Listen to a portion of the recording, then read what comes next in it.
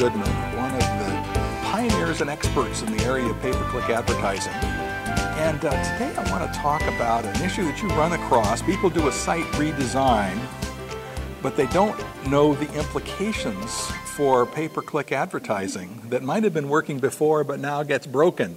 Right. So what are you running across and how can you fix it? Yeah, well, so often people kind of take the pay-per-click campaign as if it's kind of running on its own. It's a standalone thing, and of course, that's not true. It has a specific, deep relationship with the website, starting with what landing pages you're pointing people to from your ads. I think a lot of people have known that there were organic search implications for site redesign, but they probably haven't thought of the pay-per-click implications. So landing pages. Right. So this is absolutely right. People have become aware. You're doing a redesign. I need to worry about SEO. I need to do redirects and make sure Google knows where all my pages are. That's painful enough. On the paid search side, there are a couple things that may happen. One is you may rewrite all your URLs like you plan to do to make them better, make it more logical, and you'll just take the pain for a while until things get back on the organic side. But if you forget to fix them all in a paid search campaign, that's a problem. You're probably going to remember that, though, and go through and replace them all. But what next? Well, what that's now doing when you replace the destination URLs in a paid search campaign, that immediately actually resets the ad itself. You haven't just sort of tweaked it. Google takes that as a new ad.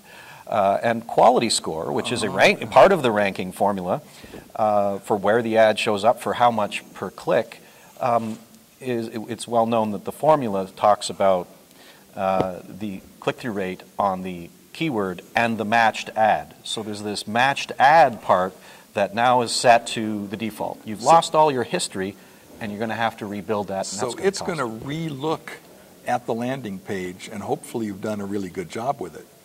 You know, they are incorporating landing pages, especially at Bing, probably more into the formula itself. Mm-hmm. But it's also the case that just the whole business is considered as untested and new. Mm-hmm. So all that great history that you built up in your campaign might take a few weeks. And a few weeks is going to cost you, time and money to get back to speed. And if it's a seasonal business, you might start thinking there's something wrong, and so on. So what do you recommend people do if they need to do a site redesign, which everybody does every few years, needs to do it? What do you recommend? Well, with that, there is no great answer. If it's a complete revamp, you are in a bit of trouble for a few weeks as far as a little worse performance. So what to do?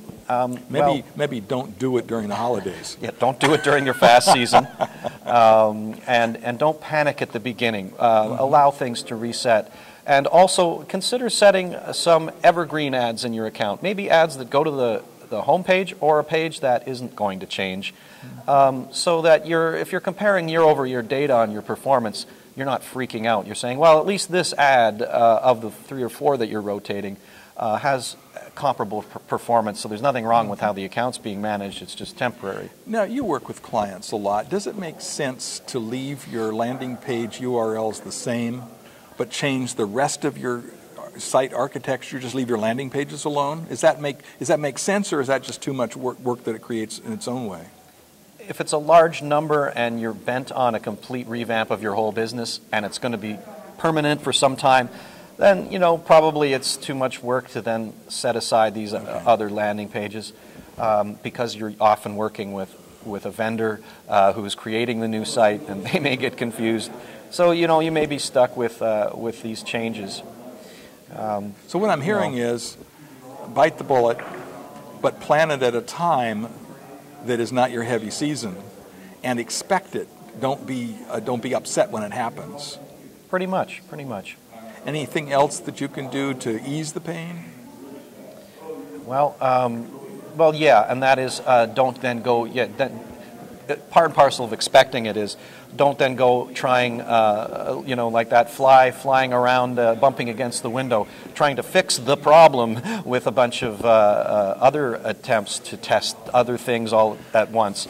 Then you don't know which test is is causing what to happen. So half the battle is realizing this will reset all those campaign history so that you're not trying to fix a different problem than the real problem. Yeah, exactly. Sometimes it's tough to sit there and wait, and you really have to choose, do I want volume or do I want good ROI? And of course you want both. But easing back on the volume and maybe just sitting back a little bit and getting an acceptable level of profit is probably better than saying, hey, we need to turn on the gas, and then being very disappointed in the money you're losing. Now, should you be watching your quality score at this point closely, or does that make much difference?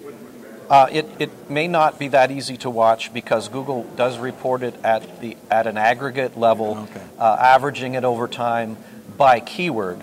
So some of the older history is built into the score Google shows you. But behind the scenes, they're actually factoring in the keyword and the matched ad, that tandem. There's no report on the ads in Google. Okay. Yeah. Hey, thanks for sharing with us this frustrating thing. Tell me about your business and what you do. Well, at Page Zero Media, we are an agency. We basically manage paid search campaigns and anything similar to that, whether it's display advertising, or Facebook, or landing page optimization, or related analytics. And we do that all for our clients. Typically, they have to be spending anywhere from $5,000 a month to far more than that, but we absolutely do not mind a challenge. A client that maybe thinks they could spend $10,000 next year, or a client that maybe is only spending $10,000 and wants to cut that down to $5,000. Whatever this challenge, about half our clients are on the smaller end of the scale, and it's always a fun challenge. Great. Thanks, Andrew. This is Ralph Wilson with Web Marketing Today.